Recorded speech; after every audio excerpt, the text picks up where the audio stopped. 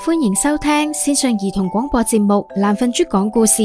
依家成為我哋喺 Spotify、Apple Podcast 或者 YouTube 嘅月費訂閱會員，就會聽到額外開放俾會員嘅故事啦。今日要講嘅故仔係小小美食家可樂，作者阿粒。大家有冇飲過可樂啊？可樂原本係一種藥嚟嘅。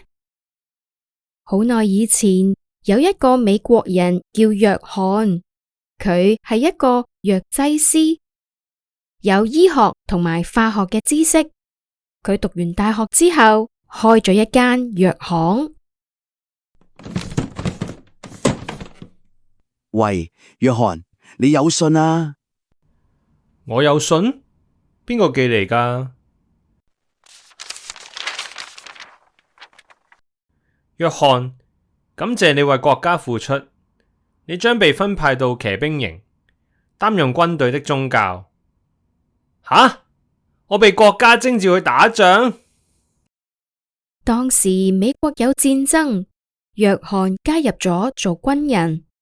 不過佢非常之唔好彩啊，喺一場戰爭入面，俾敵軍刺傷咗佢重要嘅地方。雖然冇生命危險，但從此佢嘅患處經常痛，痛到佢食止痛藥都冇辦法子忍受啊！所以佢開始濫用藥物，最後好似毒品一樣，藥物上癮啊！好痛啊！我要再食多粒止痛藥啊！